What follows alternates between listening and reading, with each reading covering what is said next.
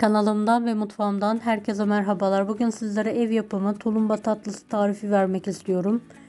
Kolay dökme tekniğiyle herkesin kolaylıkla yapabileceği şahane bir tulumba tatlısı oldu. İlk olarak tarifimizi, şerbetimizi hazırlayarak başlayalım.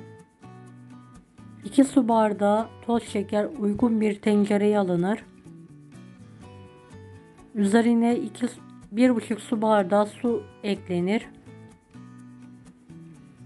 Çeyrek limonun suyu sıkılarak şeker eriyene kadar karıştırılır. Şerbetimizi ocağa alalım ve orta ateşte kaynamaya bırakalım. Kaynamaya başladığında dakika tutalım. 20 dakika kıvamlı bir şerbet olana kadar orta ateşte kaynatmaya devam edelim. Daha sonra altını kapatalım ve soğumaya bırakalım. Hamuru için 1 su bardağı içme suyu uygun bir tencereye alınır. Üzerine 1 çimdik tuz, 1 tatlı kaşığı toz şeker, 1 yemek kaşığı tuzsuz tereyağı alınır ve eritmeye bırakılır. Kaynayan suya 1 su bardağı artı 1 yemek kaşığı dolusu un eklenir ve bu karışım 1-2 dakika pürüzsüz olana kadar kavrulur.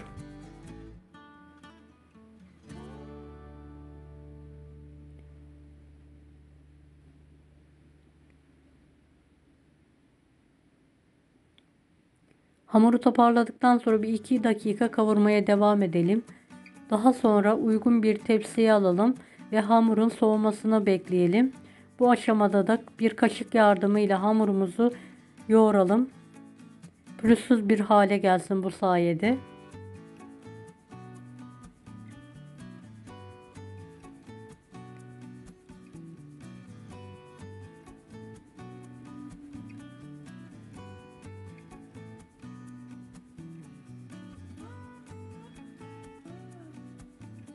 Hamur soğuduktan sonra 2 adet M boy yumurta ekleyelim. Elimizle yoğurmaya devam edelim.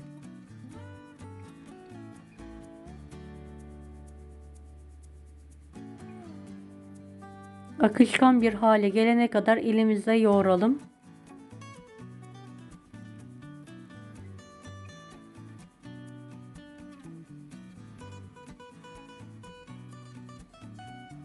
Bir mutfak blenderı ile bu karışımı çekelim ve pürüzsüz hale getirelim.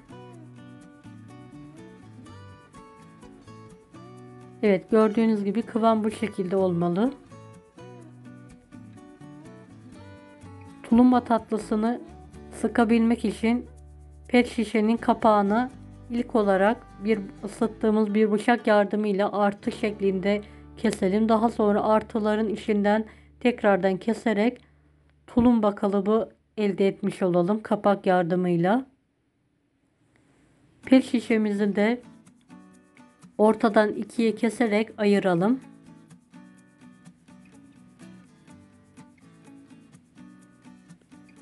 Kapağını kapatalım ve tulumba hamurumuzu pet şişemizin içine alalım.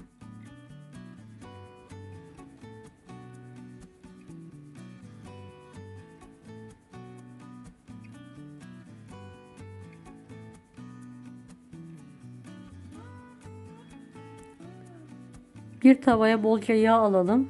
Ocağın altını hiç açmadan soğuk yağın içine tulumbalarımızı sıkalım. Bir bıçak yardımıyla da sıktığımız yerden keselim. Tavayı fazla doldurmadan tulumba tatlılarımızı dolduralım.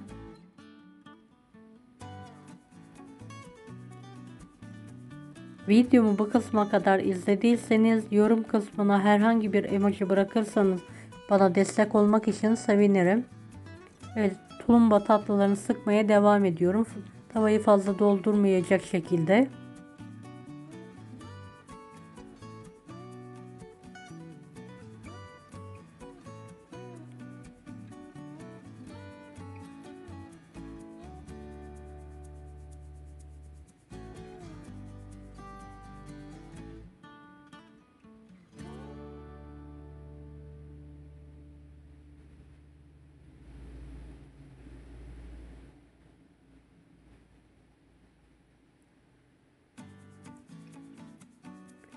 Evet, bu kadar yeterli. Artık ocağımızın altını açalım.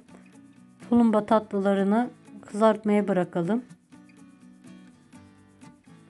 Yağ ısınmaya başladıkça tulumba tatlıları yavaş yavaş kabarmaya başlayacak.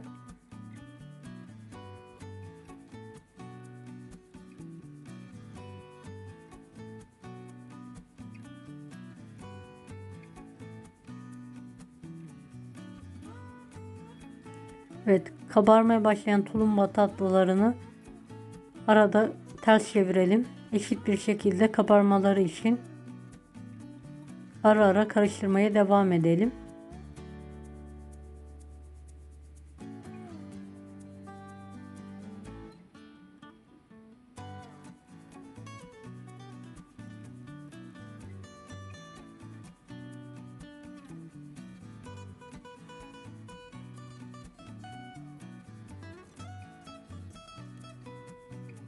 Gördüğünüz gibi tavayı doldurdu tulumba tatlıları.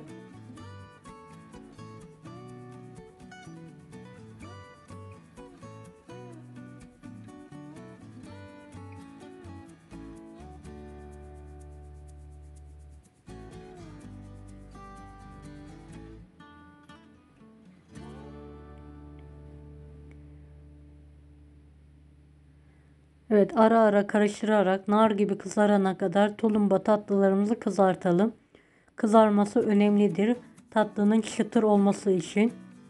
Ertesi gün ve daha sonraki günlerde çıtır kalabilmek için tatlımızı çok iyi kızartmamız gerekiyor.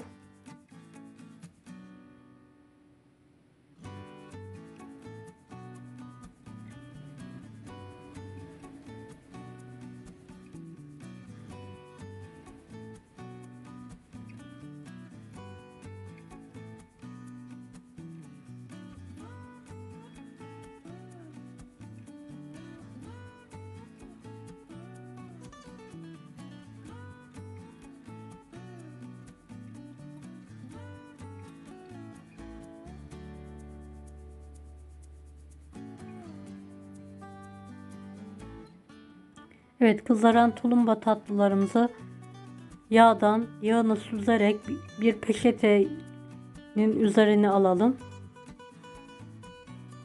Fazla yağı süzülsün. Bu sayede şerbetimize yağ tadı gelmesin. Yeteri kadar peçetenin üstünde kaldıktan sonra soğuk şerbetin içine atalım. Ara sıra karıştıralım. 1 dakika bu şerbetin içinde tatlılarımız kalsın. Evet, son tulumba tatlılarını da tavama sıkıyorum. Bu ölçüden 2 tava tulumba tatlısı çıktı. 4 kişilik bir aileye bir gün yetebilecek yaklaşık 500 grama yakın tulumba tatlısı çıkıyor. Daha fazla isterseniz ölçüyü 2 ölçek yapabilirsiniz.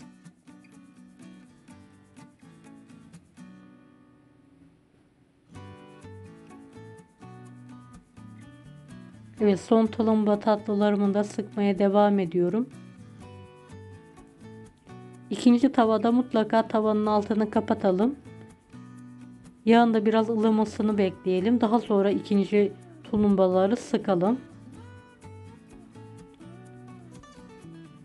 Gördüğünüz gibi kocaman oldular. Ara ara karıştırarak eşit bir şekilde kızartmaya devam edelim.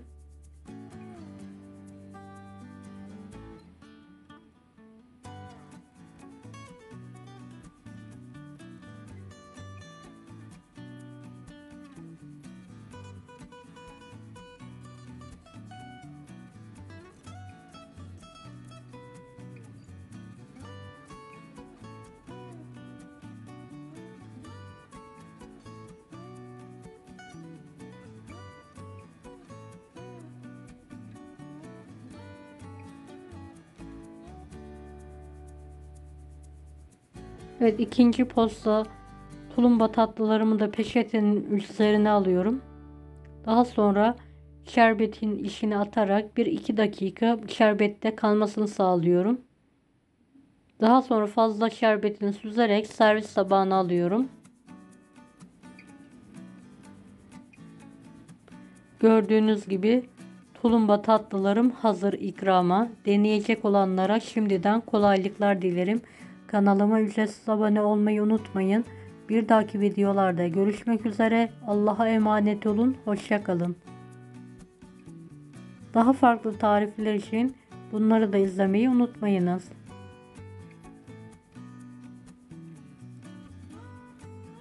Afiyet şifa olsun herkese.